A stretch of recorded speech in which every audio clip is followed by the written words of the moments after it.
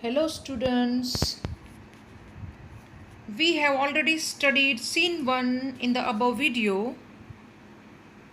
and now we are going to study scene 2.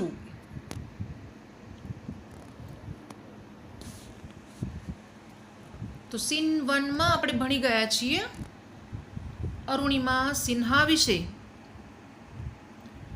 તેની સાથે ખૂબ ટ્રેજિક અકસ્માત થયો. તેણીએ પોતાનો પગ ગુમાવ્યો. She lost her left leg, but there was no one to help her nearby. So let us study now scene 2. I was admitted in AIIMS. Admit. દાખલ કરવું. I was admitted to AIIMS. AIIMS આપણે આગળ ભણી ગયા છીએ. All India Institute of Medical Science એનું short form છે, દિલ્હીમાં. On the intervention of the PM. Intervention એટલે કે ઇન્ટરફિયરન્સ, ઇન્વોલ્વમેન્ટ, દરમિયાનગીરી અથવા તો હસ્તક્ષેપ. I was admitted to AIIMS Delhi on the intervention of the PM. તો પ્રાઇમ મિનિસ્ટરના દરમિયાનગીરીને લીધે તેણીને એમ્સમાં એડમિટ કરવામાં આવી. એમ્સમાં દરેક લોકોને દાખલ ન કરાય. The union government would bear the entire cost of my treatment. The union government એટલે કે સેન્ટ્રલ ગવર્મેન્ટ, કેન્દ્ર સરકાર, would bear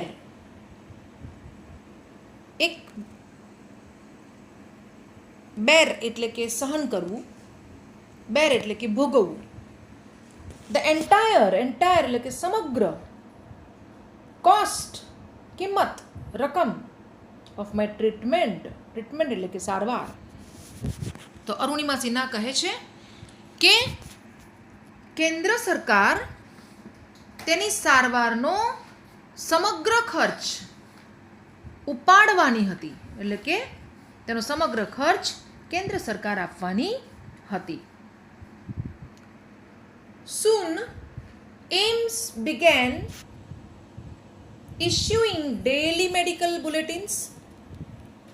થોડા જ સમયમાં એમ્સે શરૂ કર્યું જણાવવું, દર્શાવવું, ડેઇલી મેડિકલ બુલેટિન, મારા દરરોજના સ્વાસ્થ્ય અંગેના સ્વાસ્થ્ય બુલેટિન, સમાચાર. ઓન માય સ્ટેટસ, મારી સ્થિતિ પરના. તો એમ્સ હોસ્પિટલમાં મારી સ્થિતિ કેવી છે તેના વિશેના સમાચાર દરરોજ એમ્સ પ્રસ્તુત કરવા લાગ્યું. આઈ વોઝ ટોલ્ડ ધેટ, મને કહેવામાં આવ્યું કે યંગ પીપલ, યુવાન લોકો, ઓટો ડ્રાઈવર્સ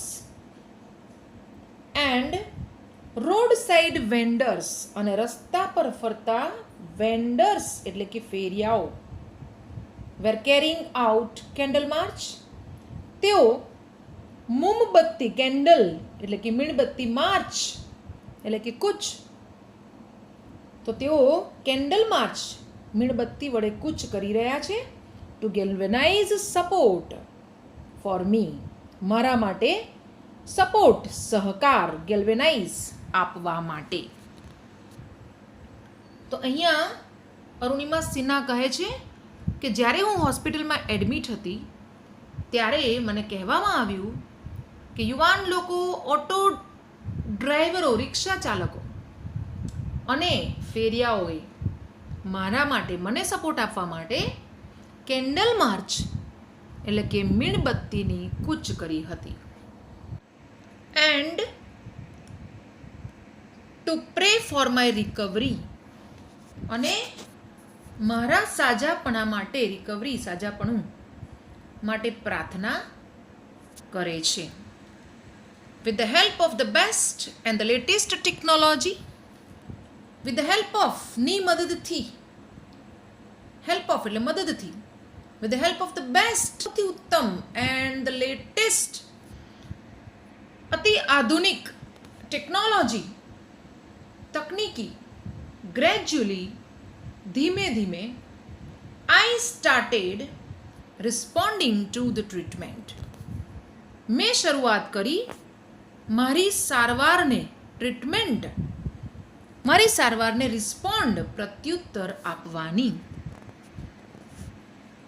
એટલે અહીં એવું કહે છે કે જ્યારે મને અતિ આધુનિક ટેકનોલોજીનો ઉપયોગ કરીને મારી સારવાર કરવામાં આવી ત્યારે એ સારવારથી હું રિસ્પોન્સ આપવા લાગી. One morning, my brother-in-law, એક દિવસ સવારે મારા brother-in-law, my sister Lakshmi's husband, મારી બહેન લક્ષ્મીના પતિ, my brother-in-law એટલે કે મારા જીજાજી. બ્રધર એટલે ભાઈ, પણ ઇનલોસ એટલે કે સામે પક્ષે,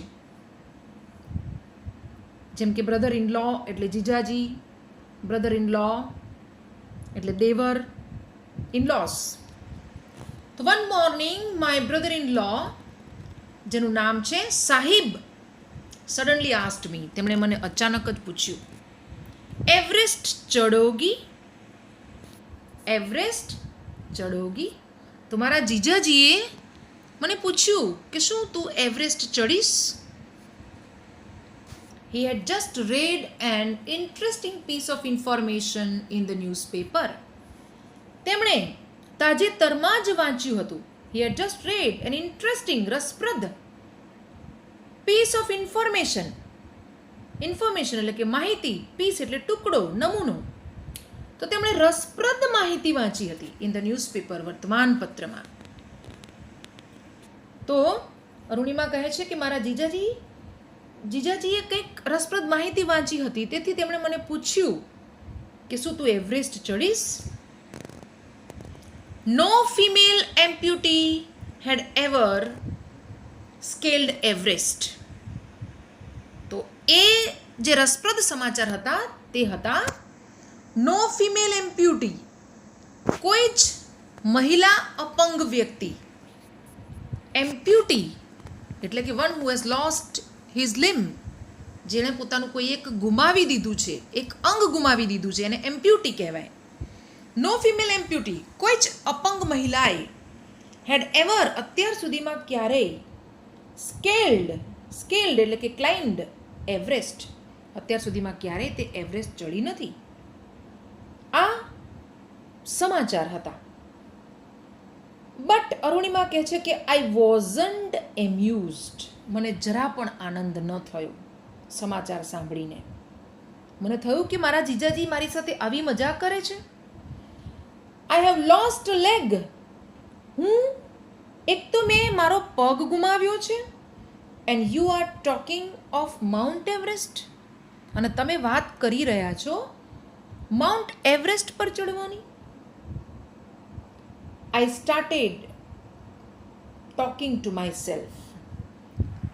તો જ્યારે સૌ પહેલાં તો એને એમ લાગે છે કે જીજાજી મજાક કરે છે, પરંતુ તેમના ગયા પછી after his going she started talking to herself, તેણીએ પોતાની સાથે, પોતાના મન સાથે જ વાત કરવાની શરૂઆત કરી. તે વિચારે છે if I could take a shot, to take a shot એટલે કે પ્રયાસ કરવો, જો હું ટ્રાય કરું એટ એવરેસ્ટ ચડવા માટેનો, એન્ડ સક્સીડ, અને જો હું ખરેખર સફળ જો. હવે પોતે વિચારે છે કે અત્યાર સુધી વિશ્વમાં કે દેશમાં કોઈ જ મહિલા, અપંગ મહિલાએ આવો રેકોર્ડ બ્રેક કર્યો નથી, કે કોઈએ પ્રયાસ પણ કર્યો નથી. But if I take a shot, if I try and if I succeed, I would become the first female amputee, તો હું સૌથી પ્રથમ અપંગ મહિલા બનીશ ટુ હોલ્ડ ધેટ રેકોર્ડ, તે રેકોર્ડને ધરાવવાનો, તે સિદ્ધિ પ્રાપ્ત કરવા માટેનો રેકોર્ડ મારા નામે જશે. I thought about it for some time, મેં તેના વિશે થોડા સમય સુધી વિચાર કર્યો. એન્ડ ધેન આઈ કન્વે એટલે કે જણાવવું, ઇન્ફોર્મ કરવું. અને પછી મેં આઈ કન્વે ટુ સાહિબ, મારા જીજાજીને, માય વિલિંગનેસ, મારી તૈયારી. વિલિંગનેસ મીન્સ તૈયારી. વિલિંગનેસ એટલે કે રેડીનેસ, પ્રિપેર્ડનેસ. આપણે કોઈ કાર્ય કરવા માટે રેડી હોઈએ, તૈયાર હોઈએ, એને વિલિંગ કહેવાય. તો અરુણિમા કહે છે કે then I convey to Sahib my willingness, મેં મારી તૈયારી છે તેના વિશે મેં સાહિબને જણાવ્યું. To take up the challenge, કે હું આ પડકાર લેવા માટે તૈયાર છું.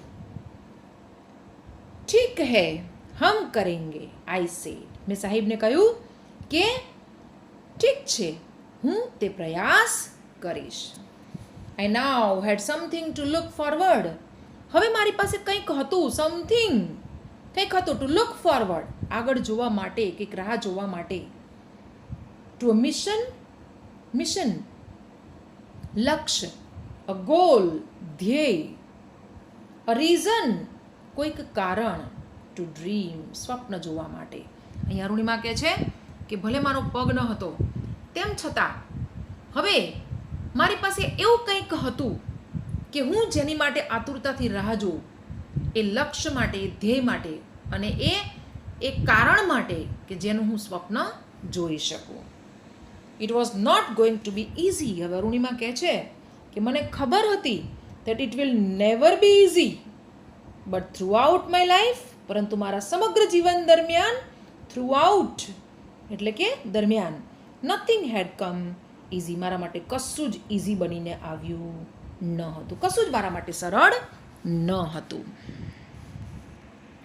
આઈ felt like I was born again, જ્યારે મારી પાસે એક લક્ષ્ય આવી જાય છે, જીવવા માટેનો, સ્વપ્ન જોવા માટેનો, એક ધ્યેયને પ્રાપ્ત કરવા માટેનું મારી પાસે એક કારણ આવી જાય છે, ત્યારે મને લાગે છે, I felt like I was born again, કે મારો ફરીથી જન્મ થયો હતો.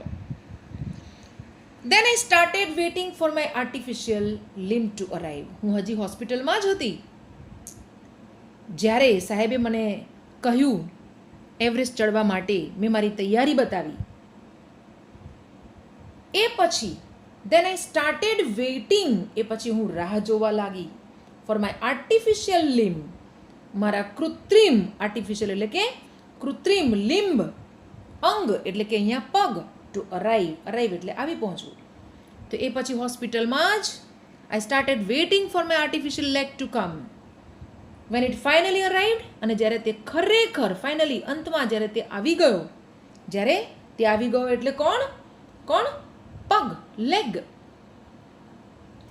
And when it finally arrived I was overjoyed, હું ખૂબ ખુશ થઈ ગઈ. The artificial leg felt almost like my real leg. હવે જ્યારે તે કૃત્રિમ પગ આવે છે ત્યારે તે આર્ટિફિશિયલ લેગ લાગતો હતો ઓલમોસ્ટ, લગભગ રિયલ લેગ જેવો, સાચા પગ જેવો જ તે દેખાતો હતો. I could hardly feel the difference, હું મુશ્કેલીથી કોઈ તફાવતનો અનુભવ કરી શકતી હતી. I could hardly feel the difference એટલે કે તફાવત. તેને જોઈને મને લાગતું જ ન હતું કે મારી પાસે કૃત્રિમ પગ છે. I had started falling in love with this stranger. Arunima કહે છે કે I had started falling in love. હવે હું તે સ્ટ્રેન્જર વિથ ધીસ સ્ટ્રેન્જર એટલે અજાણ્યું. હવે અહીંયા અજાણ્યું કોણ? અજાણ્યું એટલે તે પગ. તો તે પગ સાથે જાણે કે, just a moment students,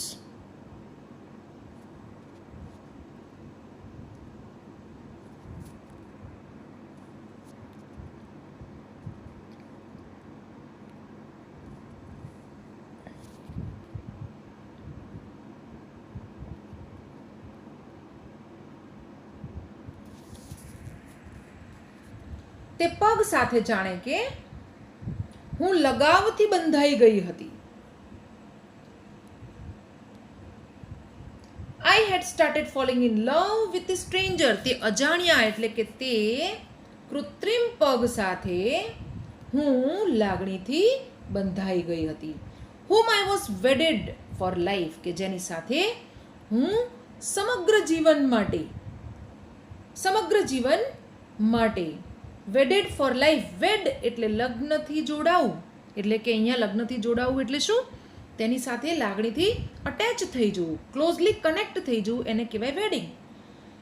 સો અરુણિમા સિન્હા કહે છે કે હું જેની સાથે જીવનભર જોડાઈ ગઈ હતી તેના પ્રેમમાં, તે અજાણ્યા એટલે કે તે કૃત્રિમ પગના પ્રેમમાં હું પડી ગઈ હતી. I had set my eyes, મેં મારો ધ્યેય નક્કી કરી નાખ્યો હતો. To set an eye means to fix the aim on a mountain. પર્વત પર ચડવા માટેનો મેં મારો ધ્યેય નક્કી કરી નાખ્યો હતો. And I needed to prepare my self, અને મારે જરૂર હતી કે હું મારી જાતને પ્રિપેર કરું with the help of the stranger. આ અજાણ્યા એટલે કે અનનોન આર્ટિફિશિયલ લેગ સાથે હું મારી જાતને એવરેસ્ટ પર ચડવા માટેની તૈયારીઓ કરું તેવી મારે જરૂર હતી.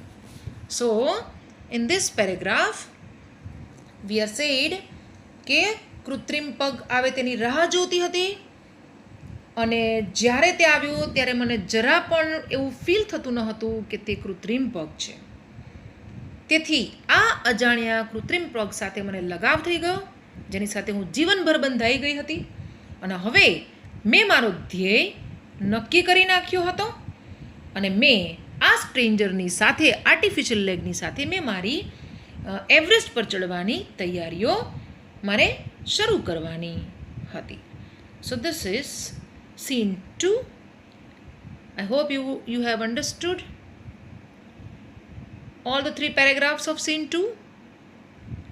Students, let me inform you, sincerely તમારે આ પેરેગ્રાફ્સને સમજવાના છે, ગ્રાસ્પ કરવાના છે, બિકોઝ આ લેસનમાંથી તમારે question answers, short notes, true or false અને વોકેબ્યુલરી એક્ઝામમાં આવશે. Okay, so let us stop now here.